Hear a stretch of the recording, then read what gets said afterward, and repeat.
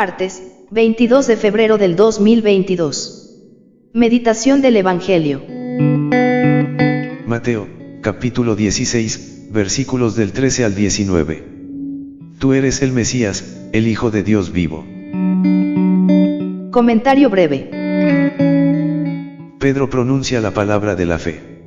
Él cree que Jesús es el Mesías esperado, el Hijo de Dios. También otros hacen esta profesión de fe a lo largo del Evangelio. El centurión que, al ver morir a Jesús, dice, este hombre era Hijo de Dios. Marta de Betania que le comunica decididamente, sí, Señor, yo creo que tú eres el Mesías, el que iba a venir al mundo. Como rezamos cada vez que se celebra un bautismo, esta es nuestra fe, esta es la fe de la Iglesia, la fe que se sigue afirmando desde aquellos primeros discípulos hasta hoy. Bienaventurados aquellos que, como Pedro, como Marta, podemos reconocer en Jesús a nuestro Mesías y creer firmemente en él. Evangelio de nuestro Señor Jesucristo según San Mateo. Gloria a ti, Señor.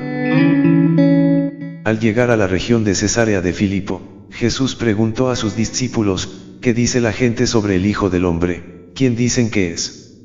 Ellos le respondieron, unos dicen que es Juan el Bautista, otros, Elías, y otros, Jeremías o alguno de los profetas.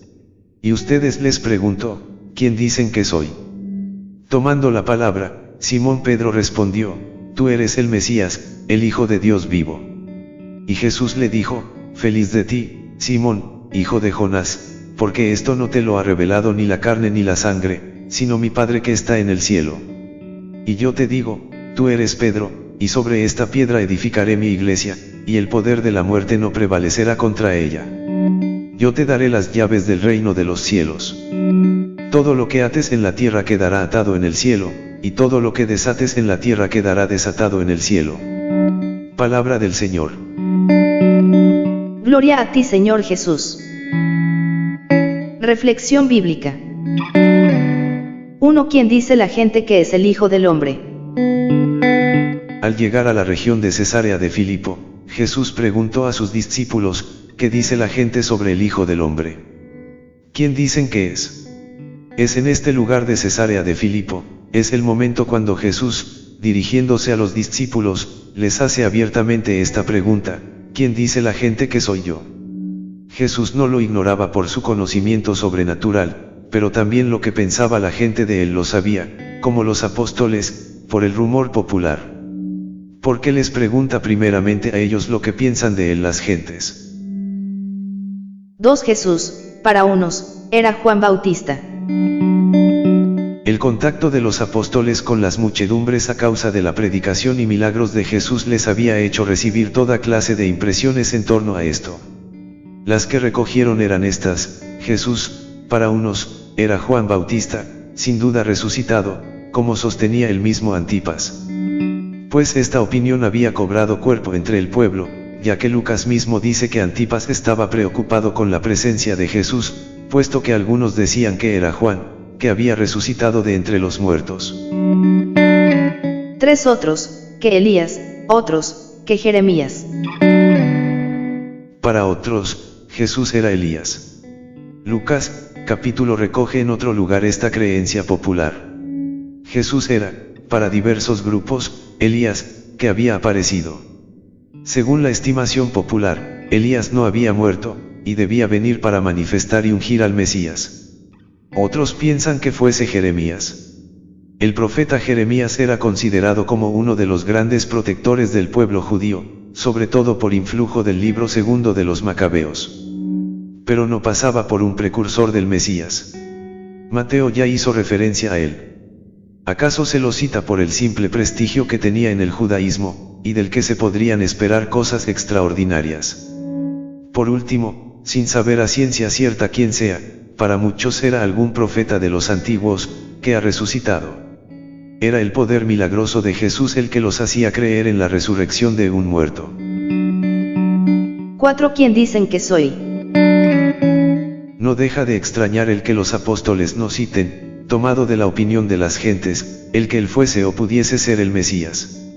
Así fue como ellos le respondieron, unos dicen que es Juan el Bautista, otros, Elías, y otros, Jeremías o alguno de los profetas. Y ustedes, les pregunto, ¿quién dicen que soy?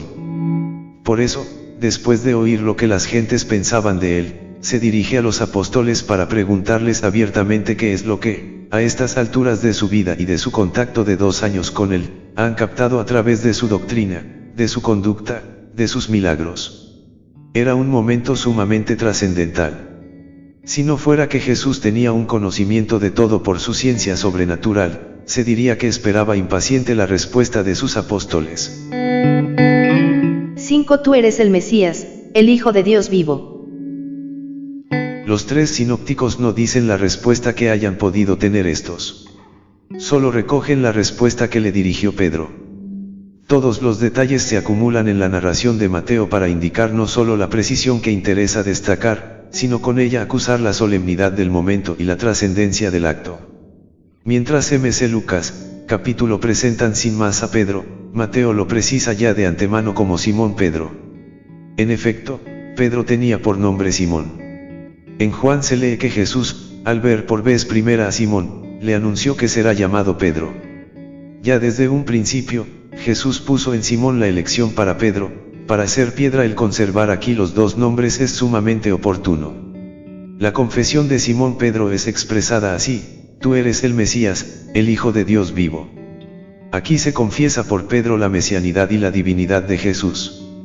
Al decir que es el Mesías, indica su relación supereminente de autoridad con Dios, el Padre, que lo envía. 6. Feliz de ti, Simón, hijo de Juan. Pedro, desde su primer encuentro con Jesús, deja al descubierto, por una parte, la amistad no disimulada del Maestro, y por otra, la entrega sin reservas a su servicio o compañía. Es así como Pedro sabe quién es Jesús, el Mesías, el Hijo de Dios. Y Jesús le dijo: feliz de ti, Simón, hijo de Juan, porque esto no te lo ha revelado ni la carne ni la sangre, sino mi Padre que está en el cielo. La respuesta de Jesús tiene 2 partes bien marcadas. La primera es una felicitación a Pedro por la revelación tenida. La felicitación de Jesús a Simón es porque esta confesión no se la reveló ni la carne ni la sangre, con la que se expresa el ser humano. Tal era la grandeza de este misterio, que su revelación se la hizo su Padre Celestial. Se trata, pues, de un misterio desconocido a Pedro, y un misterio que no podía, sin revelación, ser alcanzado por la carne y sangre, el hombre. Entonces, este conocimiento no es por su capacidad humana, es un don de Dios. En efecto, Pedro alcanzó este conocimiento por la fe. 7. Tú eres Pedro, y sobre esta piedra edificaré mi iglesia. Jesús, volviéndose a Simón, le dice: tú eres Pedro, y sobre esta piedra edificaré mi iglesia. Y Jesús lo eligió como la roca para construir sobre ella su iglesia y le confirió los poderes para llevar a la salvación a todos los hombres. Pedro es la roca, en el sentido de que la fe y los creyentes no pueden tener otra fe que la de los apóstoles y profetas, que son los que enseñan esa verdad, que está construida sobre la piedra angular de Jesús, y así es, como luego dice, y el poder de la muerte no prevalecerá contra ella. Es decir, no podrá vencer a la iglesia, pues ésta está firme y estable, porque está construida sobre la roca firme, que es Jesús. 8. Yo te daré las llaves del reino de los cielos. Dice Jesús: yo te daré las llaves del reino de los cielos. Todo lo que ates en la tierra, quedará atado en el cielo, y todo lo que desates en la tierra, quedará desatado en el cielo. La promesa es que ese atar y desatar sobre la tierra tendrá su automática ratificación en el cielo. Todo lo relacionado con esta misión, cuanto permita o prohíba en el reino, todo eso será también ratificado en el cielo. Y eso garantizado por Jesús. Así, Pedro, como mayordomo de la casa de Dios, ha recibido el poder para admitir o excluir, según el Evangelio, y de administrar la comunidad. En Pedro recaerán las responsabilidades de la doctrina y de la moral. Él podrá decidir lo que es bueno y lícito para su iglesia y sus miembros, sentencia que será ratificada por Dios en lo alto de los cielos. 9. Acoger al sucesor de Pedro. Así, como Pedro en épocas de la iglesia naciente, hoy el Papa Francisco, su sucesor, es el encargado de animar la fe en nuestra comunidad creyente, Él es en nombre de Jesucristo pastor y guía de la Iglesia. También, como Pedro en los orígenes, ahora le ha correspondido a Francisco, ser fundamento visible de la unidad y de la caridad de la Iglesia. A través del Evangelio, podemos comprender cómo Jesucristo nos invita a acoger al sucesor de Pedro, y a mirarlo con los ojos de la fe. Este es un día especial, para rezar por el Papa Francisco, y es una buena ocasión para apoyar su inmensa obra a favor de la comunidad cristiana y de toda la humanidad. Dios le bendiga. La Cátedra del Apóstol San Pedro. Hoy 22 de febrero celebramos la fiesta de la Cátedra de San Pedro. En la lectura de Pedro de hoy, exhorta a los presbíteros. Apacienten el rebaño de Dios que les ha sido confiado. Velen por él, no forzada, sino espontáneamente. Como lo quiere Dios, no por un interés mezquino. Con abnegación. No pretendiendo dominar a los que les han sido encomendados. Siendo de corazón ejemplo para el rebaño. Hermanos. El apóstol Pedro, desde el primer gran discurso que pronunció el día de Pentecostés, se presenta como testigo, intérprete y exhortador. Así es como ejerce su ministerio de guía de la primitiva comunidad cristiana. Pedro, ante todo, es testigo del gran acontecimiento pentecostal, en el que el Padre, por medio del Hijo, envió el don del Espíritu Santo sobre los primeros creyentes. Pedro tiene el derecho de presentarse como testigo ocular de este acontecimiento, precisamente porque él, junto con otros, fue enriquecido con este don. El testimonio cristiano brota siempre de la abundancia del don recibido y se manifiesta como correspondencia generosa al mismo don. Pedro, en su predicación, se presenta también como intérprete del acontecimiento histórico de Jesús de Nazaret, especialmente de lo que Jesús hizo durante su ministerio público y de los grandes acontecimientos pascuales que consumaron su misión. Pedro, a la luz de la Pascua Pentecostés, se encarga de interpretar el valor salvífico de la Pascua de Jesús, explicitando para sus oyentes el significado actual, que no permite fugas ni evasiones. Pedro se encarga de exhortar a todos los que le escuchan, a fin de que cada uno se dé cuenta de la necesidad de responder al mensaje revelado y de corresponder a él con la vida. Pedro se presenta a nosotros como el evangelista ideal, con una predicación completa y paradigmática, a la que todos estamos llamados a configurarnos. Oración.